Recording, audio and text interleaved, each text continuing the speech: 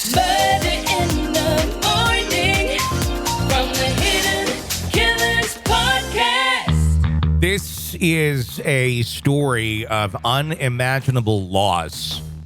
And I mean, it's just one thing after another. You try and put yourself in the position of what was going on in the mind of this family as tragedy after tragedy strikes and ultimately no one in the family survives. It's a murder scene almost reminiscent of Amityville in terms of the amount of death in one home that took place.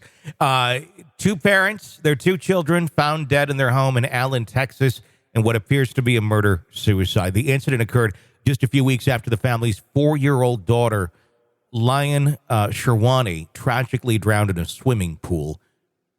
Allen police were called to the residence after a neighbor who was locked out of the house for 2 hours was unable to reach anyone inside and became concerned for their welfare. The Islamic Association of Allen announced in a newsletter that a prayer vigil would be held for the Sherwani family, identified as Farman Sherwani, his wife Layla Sherwani, and their sons Shaheen and Mateen. Shaheen was 12 and Mateen was 2.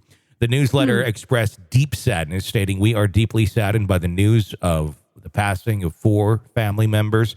A member of the association told NBC News, "Waking up to the news of losing a 4-member family all of a sudden is not something anyone can be prepared for." Allen Police Sergeant Jonathan Manus confirmed to People that the drowning of the girl is believed to be a factor in the incident, but was unable to confirm the shooter at this time. The investigation is ongoing, and authorities are committed to conducting a thorough investigation into the incident. Neighbors were shocked and saddened by the news. Jaquel Soho, a neighbor, told Fox 4 News that the family member who couldn't gain access to the home was a grandmother. She was just really distraught, said Soto.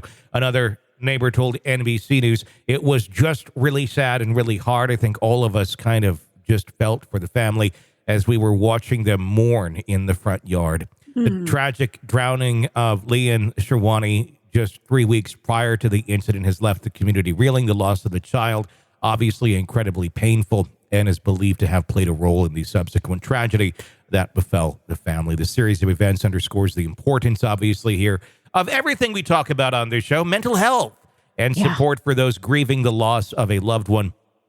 I have no idea. I cannot contemplate what it would be like to lose a child. I can't. I don't want to. That would be incredibly painful. And when you're going through grieving and you're going through loss, people, we always say they deal with it differently.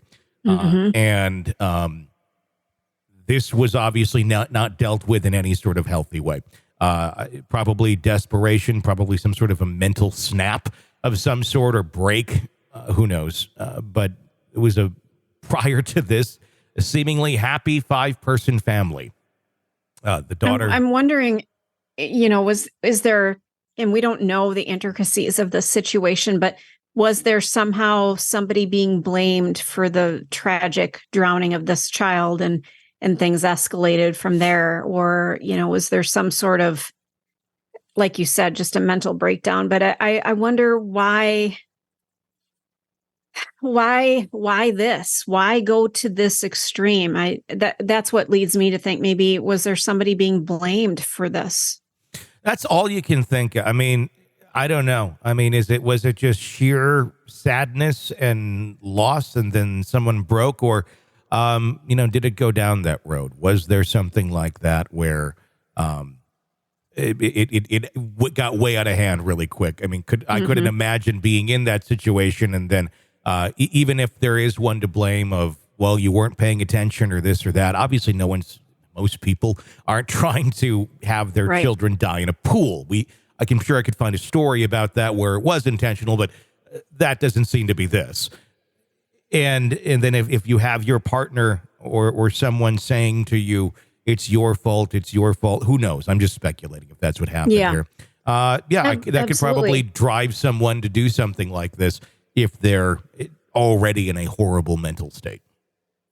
Well, and obviously losing a child, especially to a drowning, something extremely preventable, something that, it's a luxury, fun activity that can turn on a dime. I mean, we've all been around kids and we turn our back for literally 10 seconds and, you just all of a sudden are like, oh my God, stop what you're doing.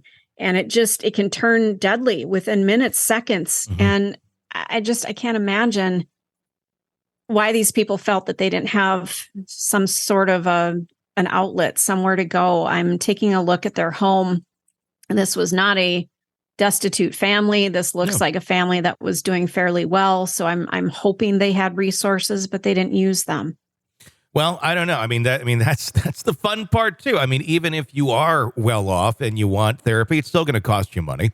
And sometimes it is just ridiculous. I mean, that's part of our problem here. We don't have readily available mental health help for people who need it when they need it. And there's no requirement for it either. And there's nobody that can say to another person, you have to go and get this help. It's always up to the person.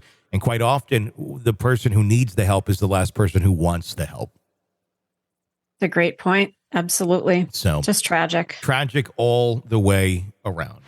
You're locked into the Hidden Killers podcast. Want more? Start binging on all of our true crime podcasts right now through Apple Podcasts and get an ad-free experience when you sign up to be a True Crime Today Premium Plus member exclusively on Apple Podcasts. More of the Hidden Killers podcast dropping soon. Press subscribe now.